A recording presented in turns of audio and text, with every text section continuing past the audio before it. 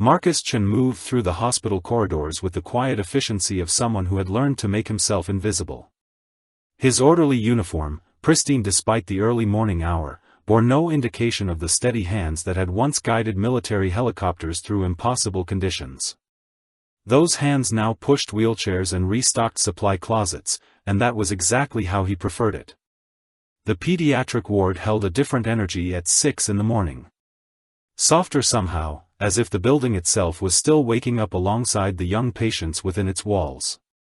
Marcus checked his watch, a habit that had never left him from his flying days when every second mattered between life and death. 20 minutes until his shift officially began, 40 minutes until he needed to wake Lily for school. His daughter's face appeared in his mind as it always did during these quiet moments. 8 years old with her mother's gentle eyes and his own stubborn determination, she had no idea that her father had once been trusted with million-dollar aircraft and the lives of wounded soldiers. To Lily, he was simply Dad, the man who made pancakes shaped like helicopters on Sunday mornings and never missed a parent-teacher conference. The irony wasn't lost on him. He still made helicopters, just out of batter now instead of flying them through combat zones. Where in the world are you watching from right now? What time is it where you are as we begin this story together? Dr. Rebecca Morrison's voice carried down the hallway, sharp and authoritative as she spoke to the night shift supervisor. Marcus instinctively straightened, though he knew she barely registered his presence. To her, he was part of the hospital furniture, useful but unremarkable. 3 years he had worked these halls, and she had never once asked his opinion on anything more complex than supply inventory. If she only knew, he thought, then immediately pushed the idea away. That life was behind him for good reason. The distant sound of rotors caught his attention through the tall windows that faced the hospital's emergency landing pad. A medical helicopter was approaching, its navigation lights cutting through the pre-dawn darkness.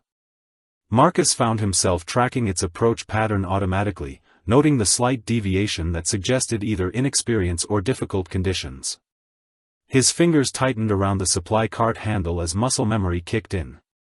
He could tell from the engine note that the pilot was fighting crosswinds, probably stronger than the weather service had predicted. The approach was textbook correct but lacked the subtle adjustments that separated competent pilots from exceptional ones. The helicopter touched down with a slight bounce that made Marcus wince. Adequate, but not smooth. The kind of landing that was perfectly safe but told a story about the pilot's comfort level with the aircraft. Within minutes, the emergency department would come alive with controlled chaos. Paramedics would rush in with their patient, doctors would bark orders, and the carefully orchestrated dance of trauma medicine would begin. Marcus would be there in the background, moving equipment, clearing paths, invisible but essential. Just the way he had planned it when he left his old life behind. The emergency department erupted into controlled chaos as the medical helicopter's patient was rushed through the sliding doors. Marcus positioned himself near the supply station, ready to assist wherever needed, his trained eye automatically assessing the situation that unfolded before him. The patient was a construction worker, probably in his 40s, with what appeared to be severe crush injuries from a building collapse across town. Marcus could tell from the paramedics' report that time was critical. The man's vital signs were deteriorating, and the nearest trauma center with the specialized equipment he needed was 40 minutes away by ground transport. Dr. Morrison took charge immediately, her voice cutting through the controlled chaos with surgical precision. She barked orders to nurses, coordinated with the trauma team, and made rapid decisions that could mean the difference between life and death. Whatever her faults in interpersonal relations, Marcus had to admit she was exceptional in crisis situations. As the team worked, Marcus noticed something that made his stomach tighten. Through the emergency department windows, he could see weather conditions deteriorating rapidly. What had been light crosswinds 20 minutes ago was now developing into something more serious. The flags outside the hospital were snapping with increasing violence, and the trees were beginning to bend. The construction worker would need immediate helicopter transport to the regional trauma center. But Marcus could see what others couldn't yet recognize, the signs that any experienced pilot would read as dangerous flying conditions developing fast. When Dr. Morrison stepped away from the patient to coordinate the transport, Marcus approached her carefully. Years of military protocol had taught him how to communicate with superior officers, even when they didn't particularly welcome input from subordinates. "Excuse me, Dr. Morrison," he said quietly. "I notice the weather conditions are changing rapidly. The wind patterns might affect helicopter operations." She glanced at him with barely concealed irritation. "Marcus, isn't it? I appreciate your concern, but weather assessments are handled by our flight operations team and the pilots themselves. Perhaps you could focus on restocking the supply closets." The dismissal stung, but Marcus had expected it. He stepped back, watching as she returned to coordinating the patient's care, completely unaware that the man standing 3 feet away had once navigated helicopters through sandstorms in Afghanistan and had logged more flight hours in emergency conditions than most civilian pilots would see in their entire careers. 20 minutes later, the transport helicopter was forced to abort its approach. The pilot's voice crackled over the radio, explaining that wind shear near the landing pad had made it too dangerous to attempt a landing. The patient's condition was worsening, and ground transport remained their only option, but time was running out. Dr. Morrison's frustration was palpable as she coordinated with emergency services for the fastest possible ground route. Marcus watched from his position by the supply station, his hands clenched at his sides.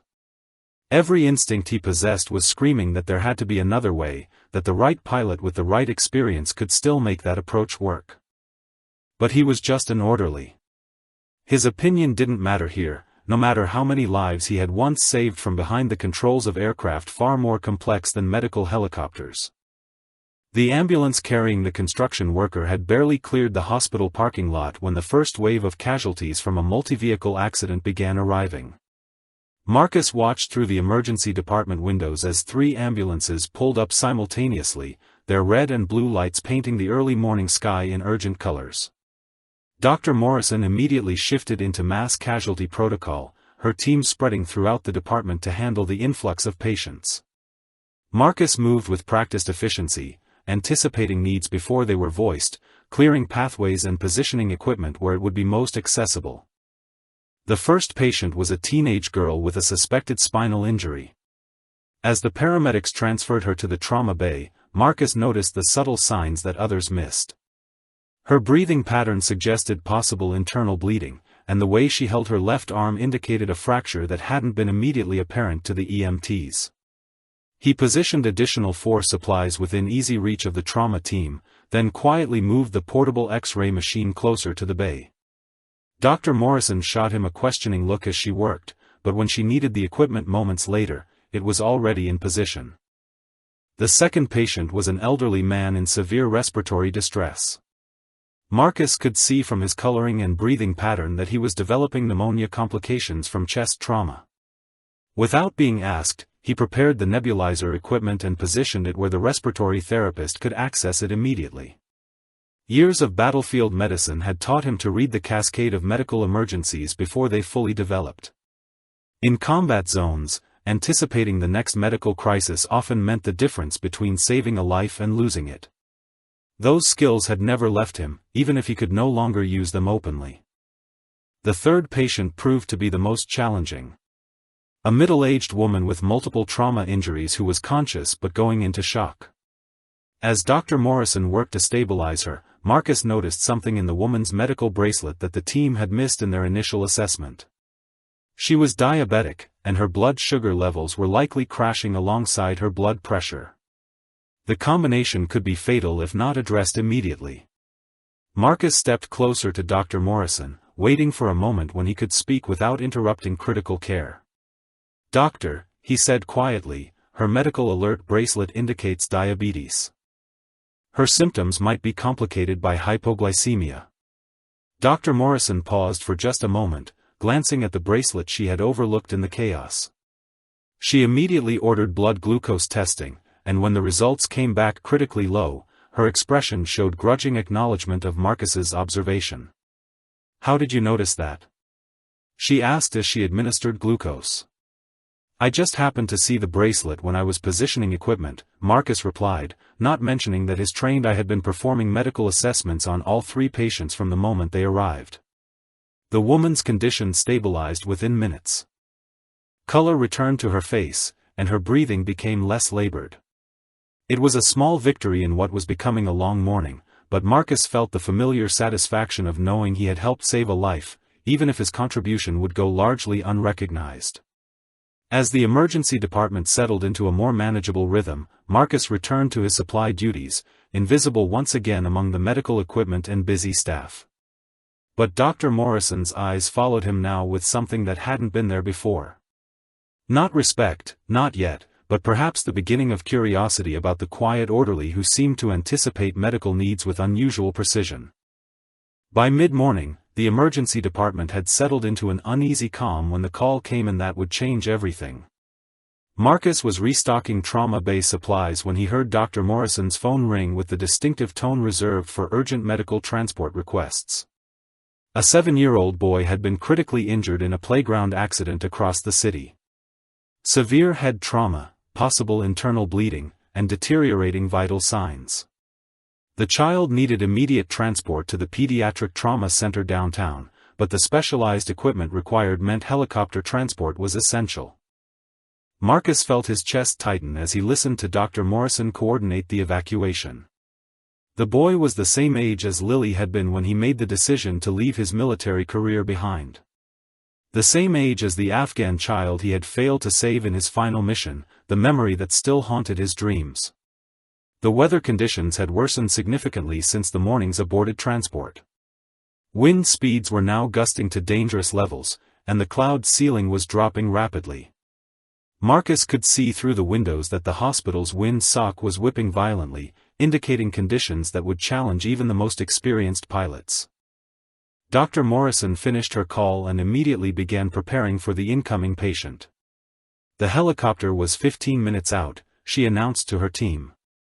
"We need to be ready for immediate turnaround. This child doesn't have time for delays." As the team prepared, Marcus found himself studying the weather patterns with the analytical eye of someone who had once made life-and-death decisions based on atmospheric conditions. The wind wasn't just strong, it was unpredictable. Gusts were coming from multiple directions, creating the kind of turbulence that could turn a routine medical evacuation into a catastrophe. The helicopter appeared on the horizon, fighting visibly against the crosswinds. Marcus watched its approach with growing concern. The pilot was competent, but he could see the aircraft struggling with the conditions. The usual smooth descent pattern was replaced by constant corrections and adjustments. When the helicopter finally touched down, it was with the kind of heavy landing that spoke of a pilot pushed to his limits. The medical team rushed the injured boy inside, and Marcus got his first look at the young patient who would need immediate transport to survive. The child was unconscious, his small body connected to multiple monitors and 4 lines. His vital signs were critically unstable, and Marcus could see from the medical team's expressions that time was running out. Every minute of delay decreased the boy's chances of survival. Dr. Morrison coordinated with the flight crew for immediate departure, but Marcus could see the hesitation in the pilot's eyes as he assessed the worsening weather conditions. The man was clearly weighing the risks of takeoff against the medical necessity of transport. After a tense consultation with his flight operations center, the pilot made the decision that Marcus had been dreading. "I'm sorry, Doctor, but conditions have deteriorated beyond safe flight parameters. We'll have to wait for the weather to improve or arrange ground transport."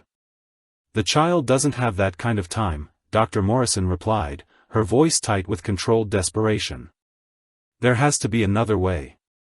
Marcus stood at the edge of the group, his hands clenched at his sides as he watched the medical team grapple with an impossible situation. He knew these weather conditions. He had flown in worse. But he also knew that revealing his capabilities would mean exposing the carefully constructed life he had built for himself and Lily. The boy's monitor began to sound more urgent alarms, his condition deteriorating as precious minutes ticked away.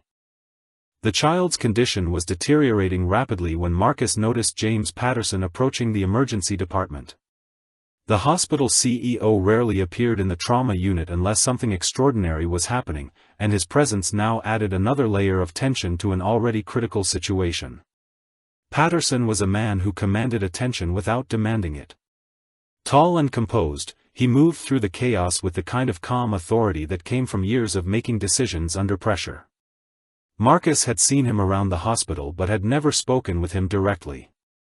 "What's our status?" Patterson asked Dr. Morrison, his eyes taking in the scene quickly. "Critical pediatric trauma case needs immediate helicopter transport to downtown, but weather conditions have grounded our flight crew," she replied, frustration evident in her voice. "Ground transport will take too long." What part of this story resonates most with you as we watch these difficult decisions unfold?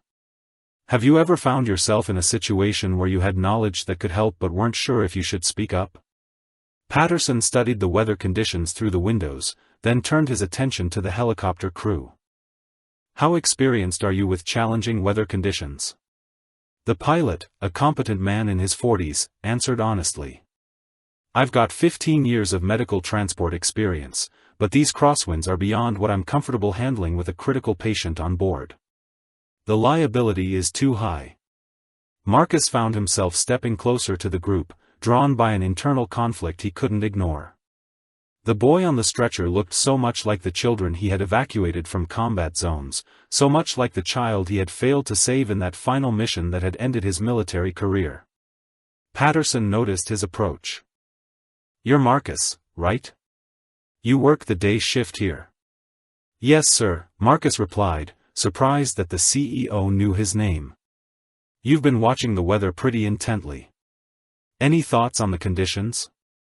It was a simple question, but Marcus recognized the weight behind it. Patterson wasn't just making conversation. He was genuinely asking for an assessment from someone he had observed paying close attention to the situation. "The winds are strong but not impossible," Marcus said carefully. "The main challenge is the variable direction of the gusts. A pilot would need to be very familiar with mountain weather patterns and have experience with rapid adjustments." "That's quite specific knowledge for someone who works in supply management," Patterson observed, his eyes studying Marcus with new interest. Before Marcus could respond, the boy's monitors began alarming more urgently. His blood pressure was dropping, and his breathing was becoming more labored.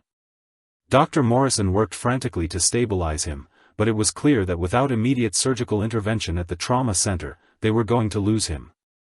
"We need another option," Patterson said quietly, his voice carrying the weight of command.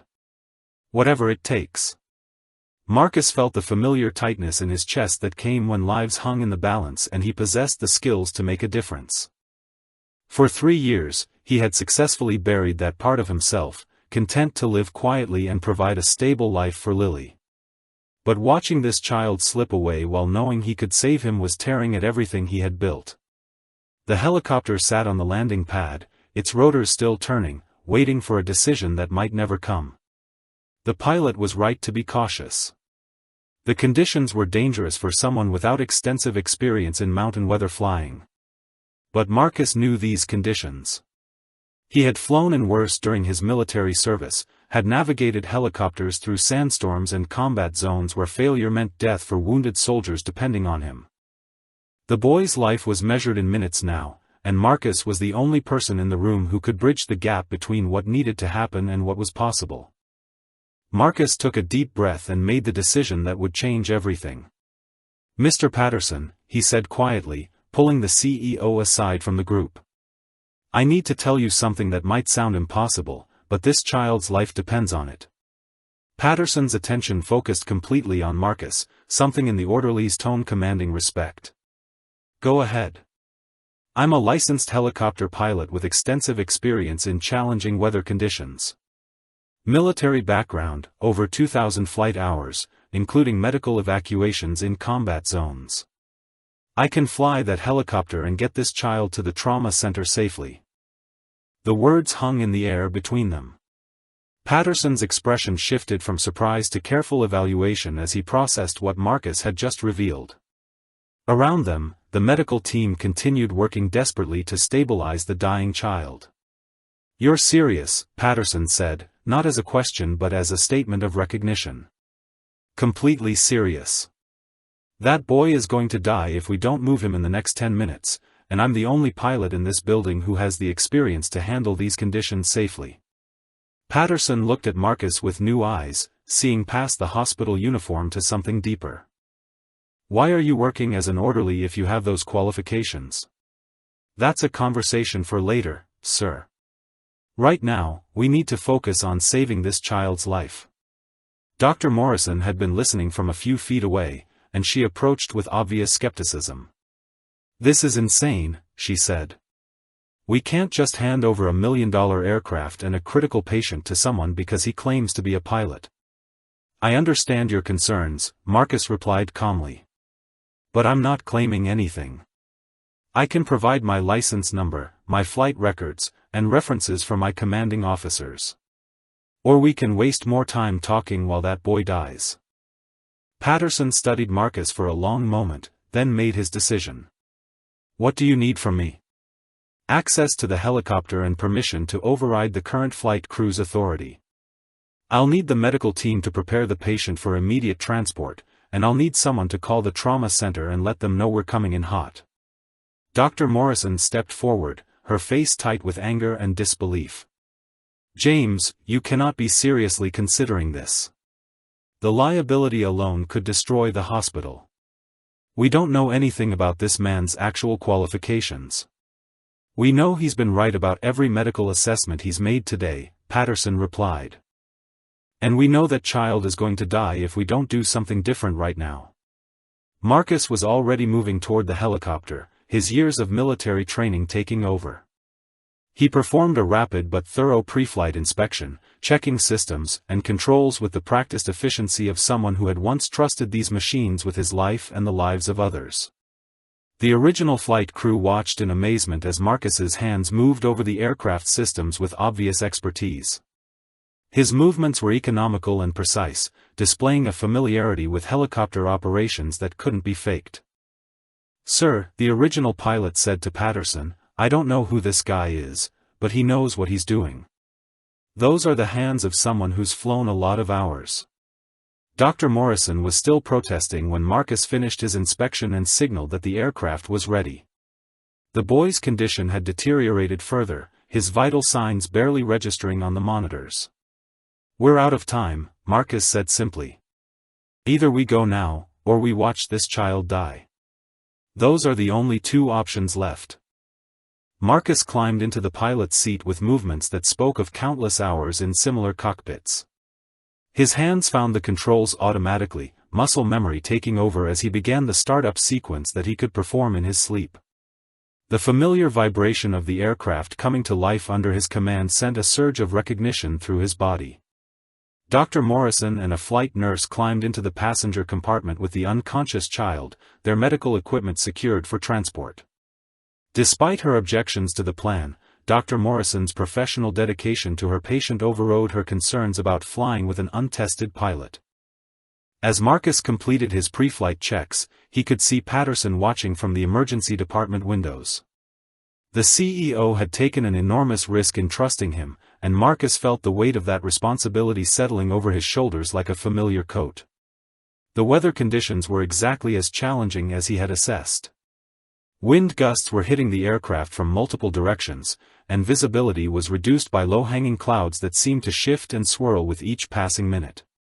Any pilot trained only in civilian medical transport would be right to refuse these conditions. But Marcus had flown helicopters through sandstorms in Afghanistan where visibility dropped to zero and enemy fire added another layer of danger to already impossible conditions. These mountain winds were challenging, but they were predictable if you knew how to read them. He lifted off with smooth precision, the aircraft responding to his touch like an instrument he had never stopped playing. Dr. Morrison, who had been braced for a rough takeoff, looked surprised at the gentle transition from ground to air. The flight to the trauma center should have taken 12 minutes in normal conditions.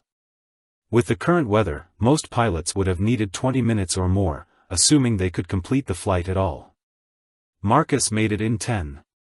He navigated through the wind shear with the kind of instinctive adjustments that only came from years of experience in challenging conditions. When crosswinds tried to push the aircraft off course, he compensated with subtle control inputs that kept their flight path smooth and stable. What part of this story touches your heart most deeply? Have you ever watched someone discover their true calling in a moment of crisis? Dr. Morrison found herself watching Marcus's technique with growing amazement. His hands on the controls were steady and confident, making constant micro-adjustments that kept the flight smooth despite the turbulent conditions outside. This wasn't luck or beginner's fortune. This was the kind of piloting skill that took years to develop and maintain. Halfway through the flight, they encountered the worst of the weather conditions. A sudden downdraft caught the aircraft, the kind of atmospheric disturbance that could slam a helicopter into the ground in seconds. Marcus corrected with lightning-fast reflexes, his responses so quick and precise that Dr. Morrison barely felt the aircraft's movement. "How long have you been flying?" she asked over the aircraft's communication system.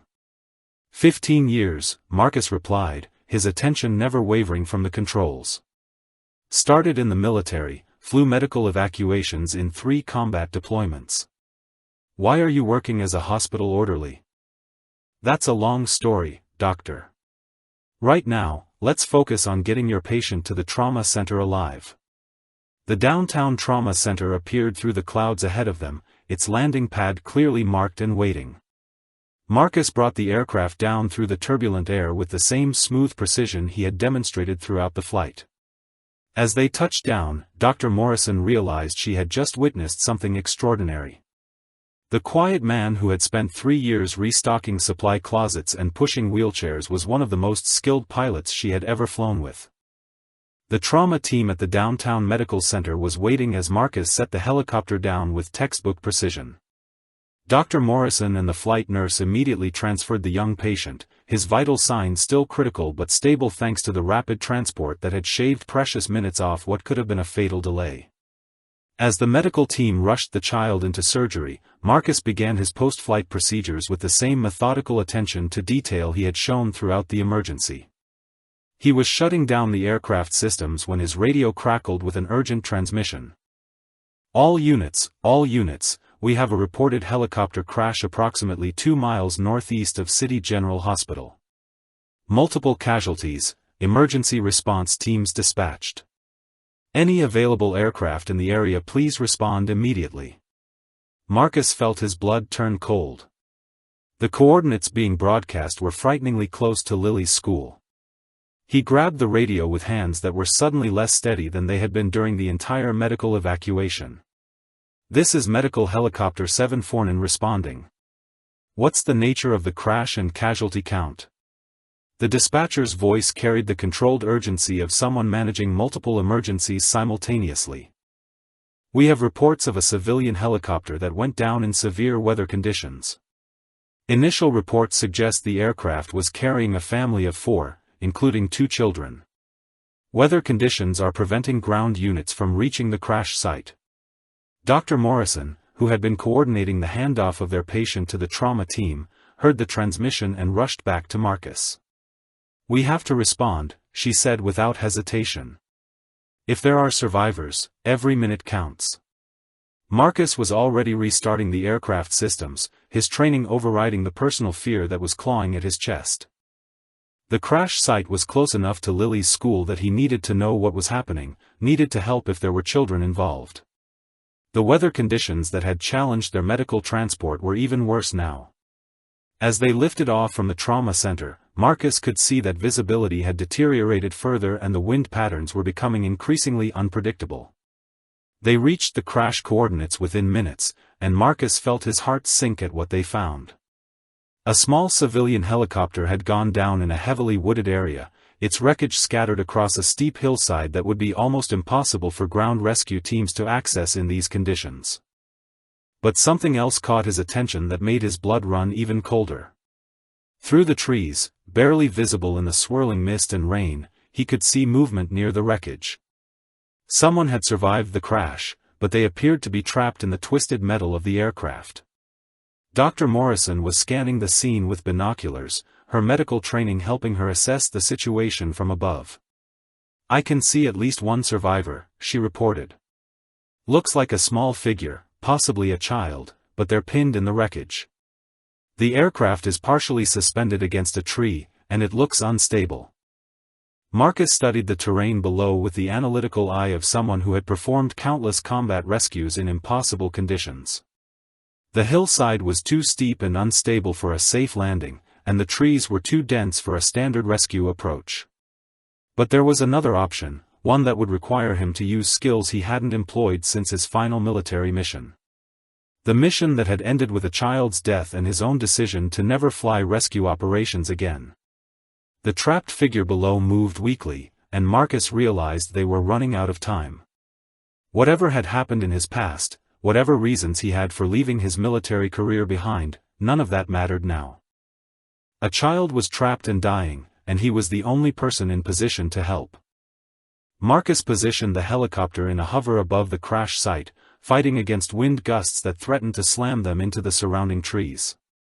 What he was about to attempt was called a hot extraction, a technique used in combat zones when conventional landing wasn't possible. It required precise aircraft control and specialized medical evacuation training that few civilian pilots possessed. "I'm going down on a rescue line," he told Dr. Morrison over the aircraft's communication system. "I need you to monitor the aircraft systems and be ready to direct me if the weather shifts."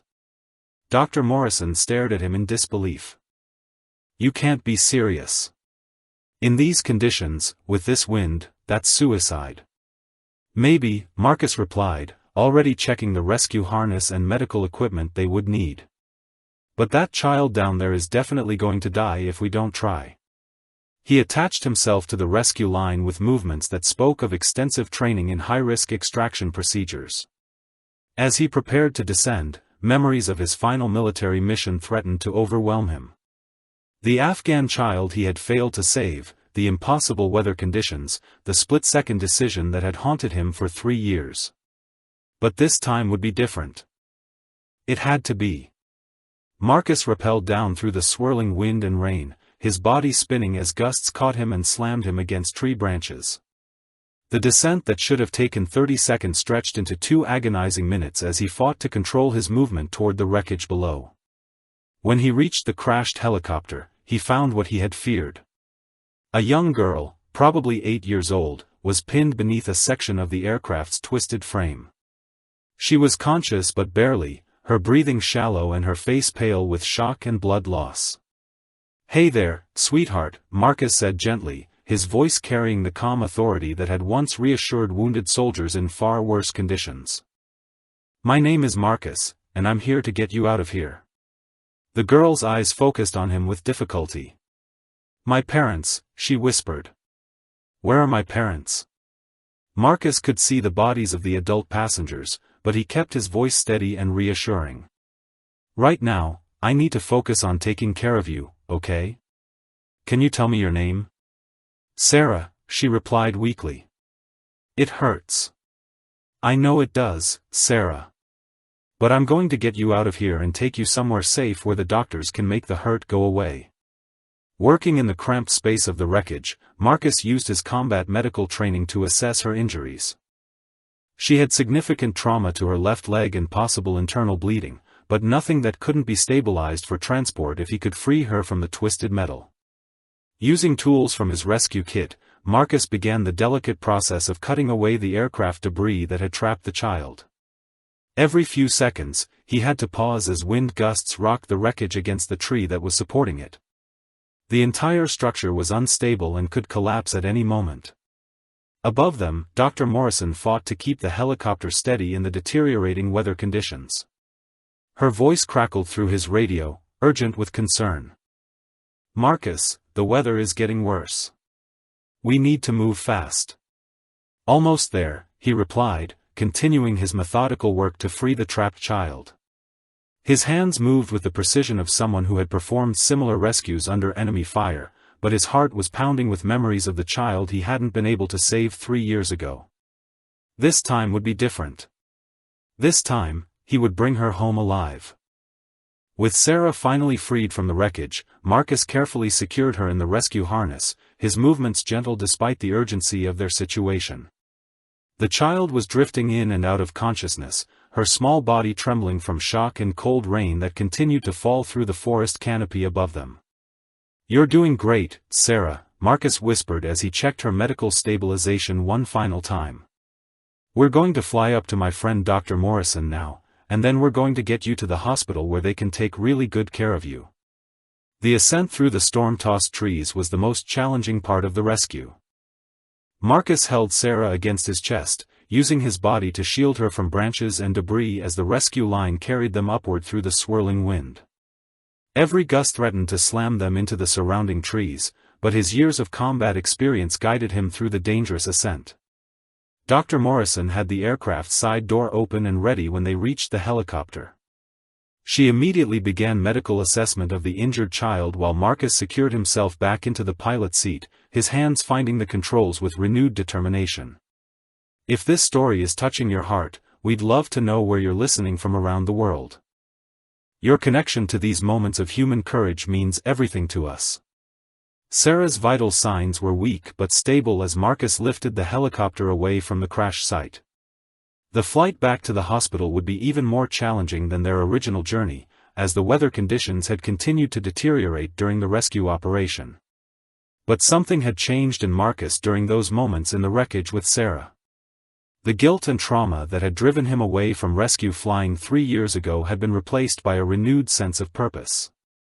He was no longer the pilot who had failed to save a child in Afghanistan. He was the father who understood that every child deserved someone willing to risk everything to bring them home safely. The flight back to City General took every ounce of his skill and experience. Wind shear buffeted the aircraft constantly, and visibility dropped to near zero as they navigated through the storm. But Marcus flew with the steady confidence of someone who had found his way back to his true calling. Dr. Morrison watched him pilot the aircraft through impossible conditions, her earlier skepticism completely gone. She had witnessed something extraordinary, not just in terms of flying skill, but in terms of human courage and dedication. The quiet orderly who had spent 3 years in the background of her emergency department was revealing himself to be one of the most capable people she had ever worked with. As they approached the hospital, Marcus could see Patterson waiting on the landing pad with the emergency medical team. The CEO had taken an enormous risk in trusting him with the aircraft and the critical patient transport, and Marcus was determined to justify that faith. Sarah stirred in Dr. Morrison's arms as they began their final approach. Her eyes opened briefly, focusing on Marcus with the clarity that sometimes comes to children in moments of crisis. "Are you going to be my daddy now?" she asked with the innocent logic of an 80-year-old who had just lost everything but found herself being carried to safety by someone who clearly cared about her survival. The question hit Marcus harder than any of the physical challenges he had faced during the rescue. In that moment, he understood that saving Sarah wasn't just about his piloting skills or medical training. It was about being the kind of person who doesn't walk away when someone needs help, the kind of father he wanted Lily to be proud of. "We're going to make sure you're safe and taken care of," Marcus promised as he brought the helicopter down in a perfect landing despite the continuing storm. The emergency medical team rushed Sarah into the trauma unit while Marcus completed his post-flight procedures with hands that were finally beginning to shake from the adrenaline of the past 2 hours. Dr. Morrison stood beside the helicopter, watching him with an expression that held equal parts amazement and newfound respect. "I owe you an apology," she said as Marcus climbed down from the pilot's seat. "And probably a lot more than that. What you did today, what you've been capable of all along, I completely misjudged you." Marcus nodded acknowledgement, but his attention was focused on the emergency department doors where Sarah had disappeared. The successful rescue felt hollow without knowing that both children would survive their injuries. The first boy from the morning's emergency transport and now Sarah, both depending on surgical teams to complete what his flying had started. Patterson approached them across the landing pad, his expression grave but determined. "Marcus, I need to know everything. Your background, your qualifications, why you've been working as an orderly when you clearly have skills that could save lives in ways we never imagined." "It's complicated, Mr. Patterson. My military service ended badly. I lost a child during my final rescue mission in Afghanistan, and I thought I was done with that kind of responsibility forever. But today you saved 2 children, Dr. Morrison interjected. Whatever happened before, today you proved that those skills still matter. Marcus was quiet for a long moment, processing the events of the day and what they meant for the carefully constructed life he had built around protecting Lily from his past. The afternoon shift would be starting soon, and his daughter would be getting out of school in a few hours. She would want to hear about his day, and for the first time in 3 years, he wouldn't have to edit out the most important parts. Patterson studied Marcus with the analytical eye of someone who had built a successful organization by recognizing talent and potential. We need to talk about your future here at the hospital. What happened today can't be a one-time event. Those skills, that experience, we need them available for our patients. I have a daughter, Marcus said simply. Everything I do has to be about providing stability for her. She's already lost her mother. She can't lose me to dangerous rescue operations. What if it didn't have to be dangerous? Patterson asked. What if we could build a program around your expertise, with proper support and safety protocols? You could train other pilots, oversee our emergency flight operations, ensure that what happened today becomes the standard instead of the exception. Dr. Morrison stepped forward, her earlier dismissiveness completely replaced by genuine advocacy. Marcus, I've flown with a lot of pilots over the years. What you did today, the way you handled those conditions, the precision of your medical evacuation techniques, that's not just skill. That's artistry. We need that kind of expertise leading our emergency response program. Before Marcus could respond, a young nurse emerged from the emergency department and approached their group. She was smiling, which immediately told Marcus what he desperately needed to hear. Both patients are stable, she announced. The boy from this morning is out of surgery and expected to make a full recovery. The girl you just brought in has some serious injuries, but the surgical team is confident she'll pull through. Dr. Rodriguez wanted me to tell you that the speed of transport in both cases probably saved their lives. Marcus felt a weight lift from his shoulders that he hadn't fully realized he was carrying. 2 children would go home to families who loved them. 2 children would grow up because he had found the courage to step back into the role he had abandoned 3 years ago. Patterson extended his hand to Marcus with the formal gesture of someone offering a partnership rather than just employment. We'd like to offer you the position of Director of Emergency Flight Operations. Full benefits, competitive salary, and the chance to build something meaningful here. Marcus looked at the offered hand, then at Dr. Morrison who was nodding encouragement, then at the hospital where 2 children were recovering because he had been willing to risk everything to bring them home safely. 3 months later, Marcus stood in his new office overlooking the hospital's emergency landing pad, watching as one of his newly trained pilots brought in a medical transport with the smooth precision that had become the standard for their flight operations program. The transformation had been remarkable, not just for the hospital but for Marcus himself. The wall behind his desk displayed his military commendations alongside photos of successful rescues, but the most prominent picture was of Lily at the ribbon-cutting ceremony for the new Emergency Flight Operations Center. She had worn her best dress and stood beside him with the kind of pride that made every risk he had taken worthwhile. Dr. Morrison appeared in his doorway, holding 2 steaming cups of coffee and wearing the easy smile that had replaced her former dismissiveness. She had become not just a colleague but a genuine friend, someone who understood the weight of making life-and-death decisions under impossible pressure. Sarah's being discharged today, she announced, settling into the chair across from his desk. Full recovery, no lasting complications. Her aunt wanted me to give you this. She handed him a drawing that brought tears to his eyes despite himself. It showed a helicopter flying through storm clouds with 2 stick figures inside, one labeled Marcus and one labeled Sarah.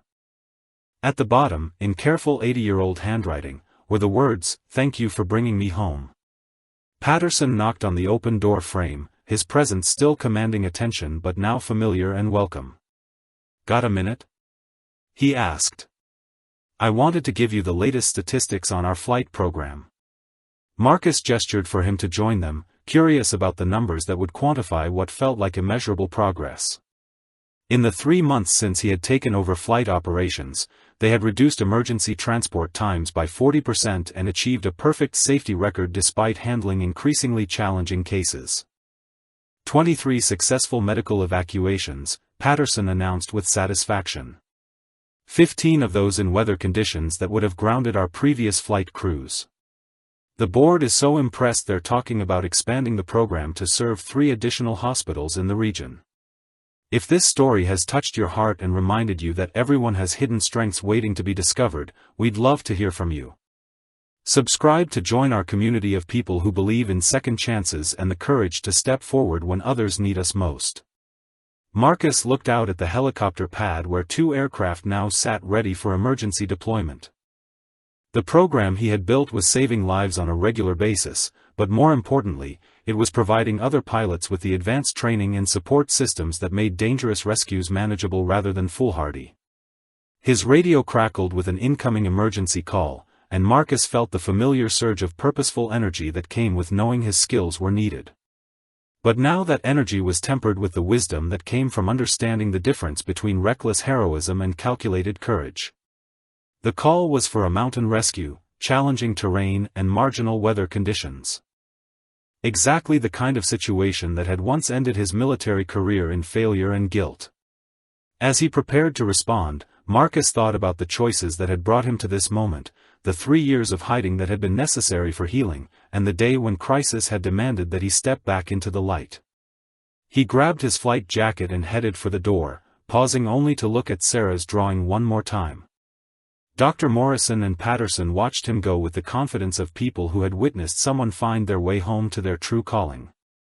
Outside, Lily was waiting by the helicopter, having come straight from school to watch her father do what he did best. She wore the junior flight crew badge he had given her and carried herself with the quiet pride of someone who understood that her dad was exactly where he belonged. "Ready to go save some lives, Dad?" she asked with the matter-of-fact confidence of a child who had never doubted that her father was a hero. "Always," Marcus replied, lifting her up for a quick hug before climbing into the aircraft that would carry him toward whatever emergency awaited. For the first time in 3 years, he was exactly who he was meant to be.